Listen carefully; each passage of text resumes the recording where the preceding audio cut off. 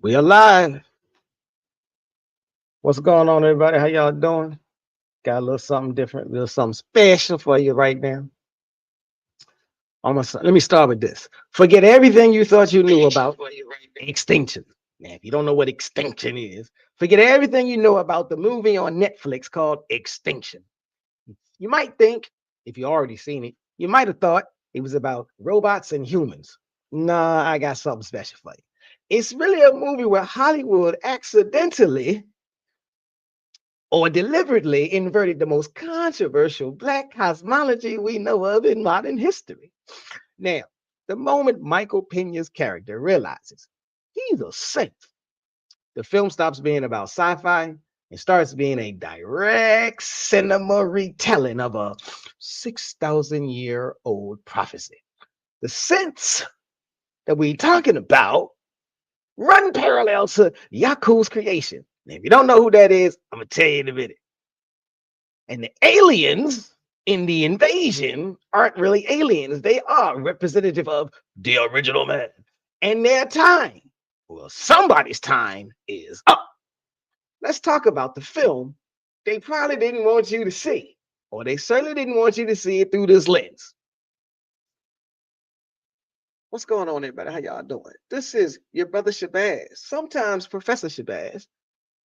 Grand rising to all of those who are in the know. This is the proper perspective, where we look beyond the smoke and mirrors. And I got a little something different for you for the weekend. What we're calling this is film theory through a Pan-African lens. Now, we're not just watching the movies, we're autopsying them for the cultural DNA embedded in the script. Now, got a little something for you, since we're going to talk about it. Here we go. Let me get this up on the screen so you can see what I'm getting ready to talk about. Now, I ain't gonna have no sound, but this is just for you so you can see. These are the synths, ladies and gentlemen. Yeah, they look just like you and I. And you can see this invasion going on. So yeah, we're dusting off. Like if you've already seen it, then you might be like, wait a minute, what in the world? This movie, oh yeah, it came out in 2018. I'm not gonna deny that. Now, me, I just watched it. I just watched it last night, I think is when I finished it. So I just watched this movie. So again, forgive me for being Johnny come lately to the party. But back in 2018, I was working two jobs. I ain't had time to do much of anything. Now that I'm retired, I'm getting it in. So yeah, we dusting off a forgotten, perhaps. It just popped up like it was brand new on my timeline. So I don't know what this is about my Netflix account. But it's a sci-fi thriller. Now, spoiler alert, because if you haven't seen it, I may be giving some stuff away. It's from 2018. On the surface, as I said, it's a standard alien invasion flick with a big twist. The invaders aren't aliens after all. They're actually human. And the so-called heroes are actually the invaders. Now, these synths are a fabricated, artificial race who took over the planet some time ago. That's pretty neat, right? As science fiction goes, that's crazy, isn't it? Now, well, it certainly serves as a decent critique of prejudice if you want to go there, and I don't mind if you do. But for those of us who grew up studying deeper esoteric texts, the moment that twist drops, because you go through the whole movie, you go through quite a long part of the movie, session period of time during the movie, not really knowing what I'm talking about. But the moment that twist drops, the film immediately stops being about generic sci-fi. It starts to look like a coded, unconscious or subconscious cinematic retelling of an incredible piece of African-centered cosmology. What am I talking about? I'm talking about, can I pull that brother up for a second? Let me pull him up. I'm talking about this brother over here, this elder, this ancestor of the Black community. Yeah, Elijah Muhammad. So the moment that twist drops, you begin to start seeing something different going on. The African centered cosmology of the story of Yakub and his history. So that's what we're talking about. Now, if you're still listening, hit the like button, hit the notification bell. So I'm talking about this narrative. And quite frankly, it is very interesting, but it is foundational. There go that word again. It is foundational to a segment of the Black American experience that is almost, it's in one breath iconic, but it's also quite ironic to see it perfectly inverted or slid on in there. And to see it play out with robots and space guns, I'm telling you, if you're blurred and you're into science fiction and Black culture like me, come on now. Now, I say I may slip a couple of times while we having this conversation, and I may call it a mythology. Don't get offended if you really down into the nooks and crannies of this. Don't get offended by the term mythology. It's not that bad of a word. I know a lot of religious folk have gotten you to think mythology is bad, but it ain't. I prefer the term cosmology, and that's what I'm trying to stick this film critic into the lane, the level, the avenue of cosmology. But if I do slip and call it mythology, just understand that that's the safest, most politically correct way for us to have this conversation. Hint, hint, hint, hint. But let's dive deep into the plot and the storyline and the narrative and the mythology and the cosmology, the sheer audacity of this parallel. Okay, look, I got to admit, I'm stoked. I love this kind of thing. Now, but first, let's set the academic table, if we will. So I'm using the specific framework because it fits directly into the curriculum of the humanities courses, at least the ones I used to teach, where we would examine a vast amount of cultural cosmologies, dating going all the way back to the most ancient of cosmologies in Kemet, on up to our modern time spans where everybody thinks that the Abrahamic cosmologies are the only valid ones. Shame on you for such narrow-mindedness, but I digress. Now, for any of my viewers, for any of my folk, if you're watching this, if you happen to find this through discovery and you don't know who Elijah Muhammad is, shame on you. But I'll give you a brief synopsis. The former leader of the Nation of Islam, he taught that the original people on earth were the black man. I'm proud to be one. Also called them the original man.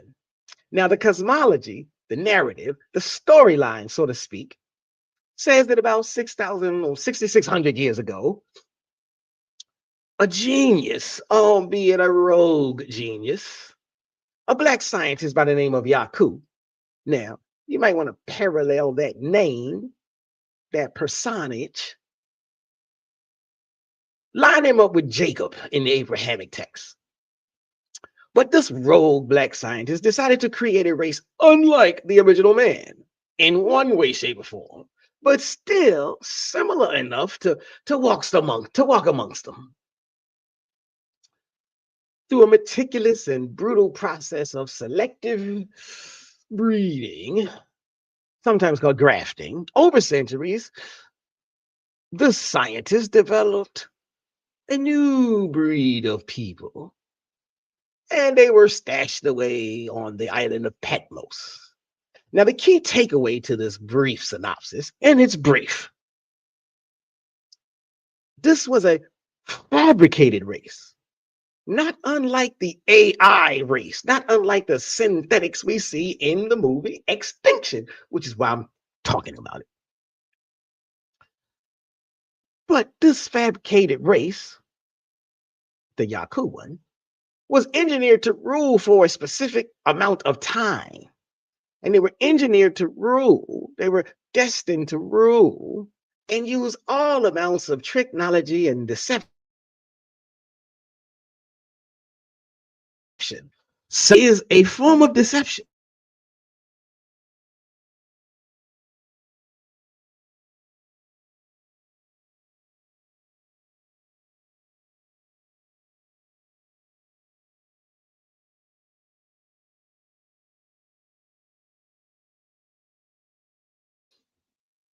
Okay, I thought the stream had ended, but apparently there's some kind of glitch going on. Let me make sure everything is going, because I'm gonna get into the movie. Trust me there. Let me make sure everything is going, because I'm okay. So glitch on my part, ladies and gentlemen. So anyhow, last little statements I was making. So the synthetic AI population, eventually they end up being exiled to some cave-like areas. So think about that: a fabricated race separated from the original population, destined to rule a world that wasn't theirs originally. So keep that energy, keep that framework, keep that lens as we move on over into a closer conversation about the movie itself. So what we're going to do, let me pull that back up for you. So what we're going to do, now I'm going to let some of it play. As I said, it's a movie on Netflix. So you see Michael Pena's character. And like I said, the synths look just like us. So we're going to apply this filter too. We're going to apply this Yakub filter to this movie, because the parallels are almost perfect. So as I said, we got the fabricated race, right?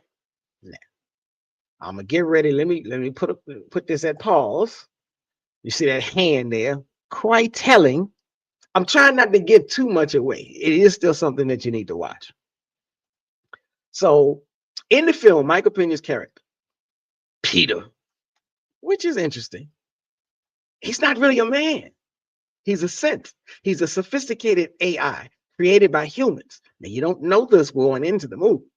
The synth race rose up. They engaged in a great calamity, a war, and ultimately they vanquished the original man. The synths are the grafted race in this parallel that we're talking about. They are the manufactured inheritors of the world. Now, the twist is that the synths write their own memory, self-deception. You're headed towards self-deception. The synths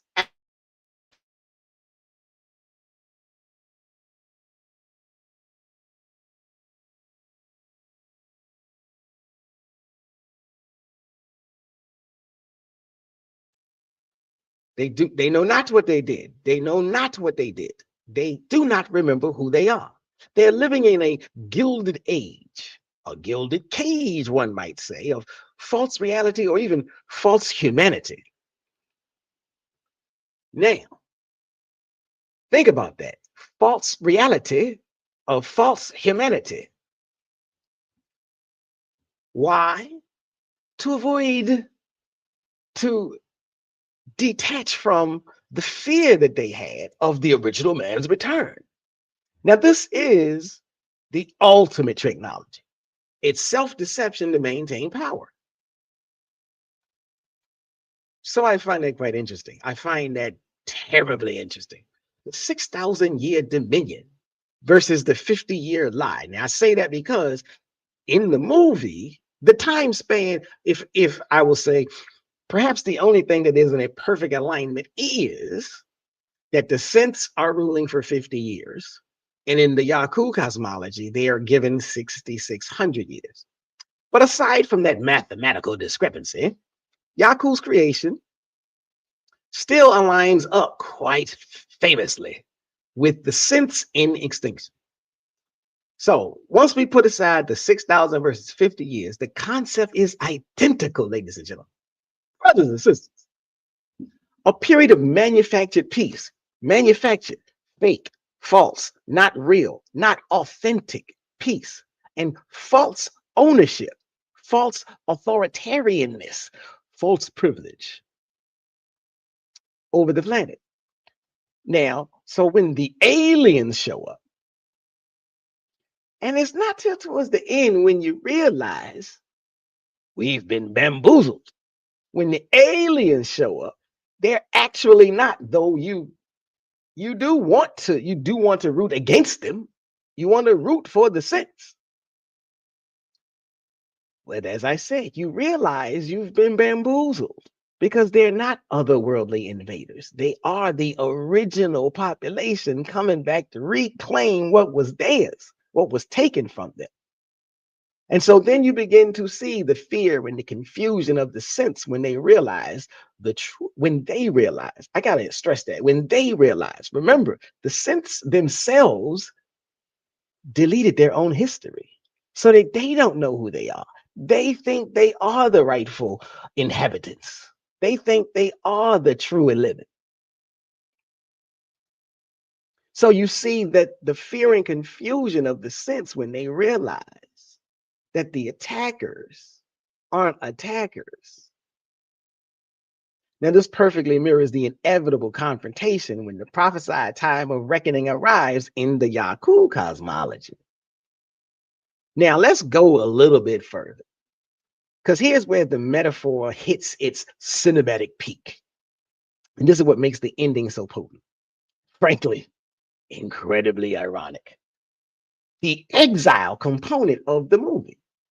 Now, remember, if I didn't say it in my brief overview, then I apologize for that. But in the Yakub story, in the cosmology of Yakub, this newly grafted race of beings was exiled to the caves and the wilderness of Europe before their dominion began.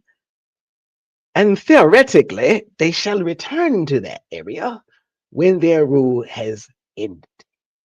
Now, in Extinction's ending, the sense, the fabricated race, they realize that the humans are staying and that the humans will fight indefinitely and that the humans, the original man, will fight to the end, till extinction.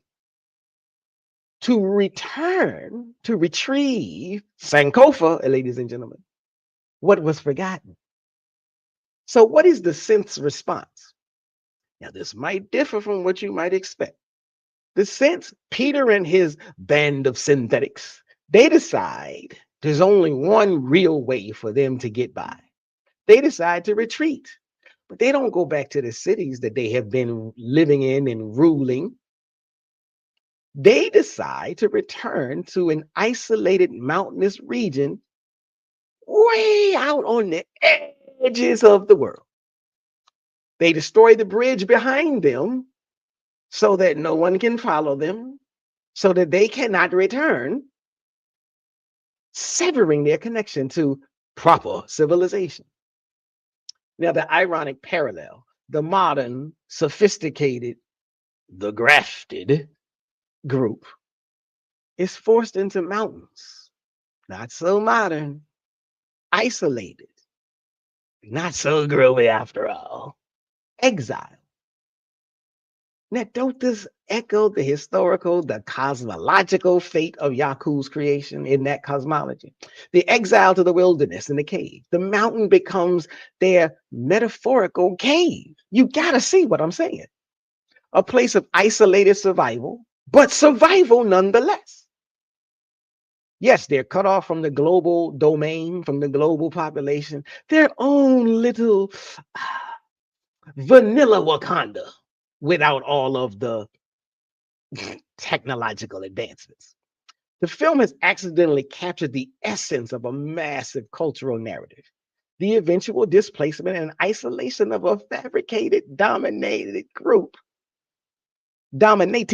I should say, by the powerful return of the original man. So again, the extinction, the ending, it's structurally, it's cinematically, it's a vision of the end of the 6,000 year cycle. Now, yeah, it's shrunk down to 50 years, but potato. So the story is told through the lens of sci-fi robots, potato. So now in conclusion, what does this mean if you were in film theory or a course of film theory, if you were in a humanities course, what does this tell us? At the very least, I'm going to say this, that these foundational, cultural, cosmological explanations, whether conscious or subconscious, they still penetrate the creative landscape, even out there in Hollywood. The themes of a fabricated identity, false consciousness, self-deception, stolen land, hello, Turtle Island, temporary dominion, and inevitable exile.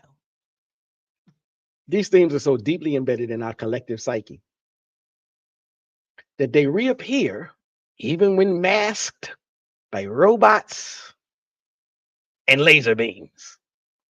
The synths retreating to the mountains, it's not just a tactical move, it's a thematic necessity. It completes the mythological cycle. Now, if we were in class, that would be your vocabulary term for the session. The question isn't if the creative team knew. It can be. We can explore that. Did the creative team know? Did they know about Yakub's history? Did they know about Elijah Muhammad and Nation of Islam and that teaching? That could be a path, an avenue for your research. But that's not the greatest. That's not the strongest. That's not the richest exploration. Let's dig deeper. Why do these themes of identity and rightful ownership consistently gravitate toward cosmology and mythology? And why are they always linked and associated with caves and mountains? Especially when addressing the fall. Y'all know Babylon is falling for all you Abrahamics. But especially when addressing the fall of a fabricated power. Now, so again, these are just some thoughts. Let me know what you think in the comments. So do you really think that the producers and the writers knew? What do you think it was purely subconscious? Yeah, there go the phone calls. Do you think that it was purely subconscious? Here's a question for you. What other sci-fi films coming out soon, already been out, long and forgotten, what have you? What other sci-fi films might be echoing Black conscious thought? The supreme wisdom from Elijah Muhammad. I feel family, friends, and moviegoers. This is your brother Shabazz with the proper perspective. Now, y'all know the algorithm is the gatekeeper. So if this is making any sense to you, actually, even if it's not making any sense to you, do us both a favor. Hit the like button, hit all the buttons, subscribe to the channel, and let me know your thoughts down below. The battlefield awaits. Hint, hint, that's the comment section. And we'll dive deeper next time. I promise you, I won't gonna keep you long. This is just my movie review for the weekend. And with that, I bid you peace and pro-Black Pan-African power.